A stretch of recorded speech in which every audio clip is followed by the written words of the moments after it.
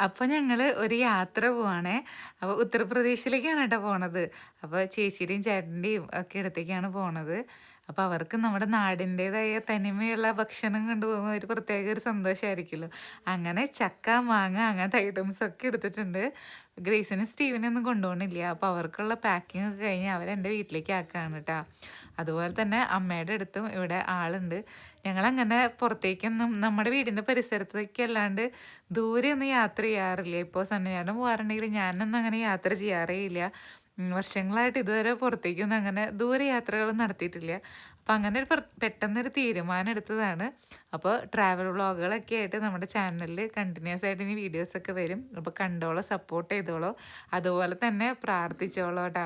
കുറച്ച് റിസ്ക് എടുത്തിട്ടാണ് ഇപ്രാവശ്യത്തെ ഞങ്ങളുടെ യാത്ര. അപ്പോൾ റിസ്ക് എടുക്കാണ്ട് നമുക്ക് മുന്നോട്ട് പോകാൻ പറ്റില്ലല്ലോ. അപ്പോൾ നിങ്ങളുടെ സപ്പോർട്ട് ഉണ്ടാവണേ. ഫുൾ വ്ളോഗ് ചാനലിൽ പോസ്റ്റ് ചെയ്തിട്ടുണ്ട്. Bye bye.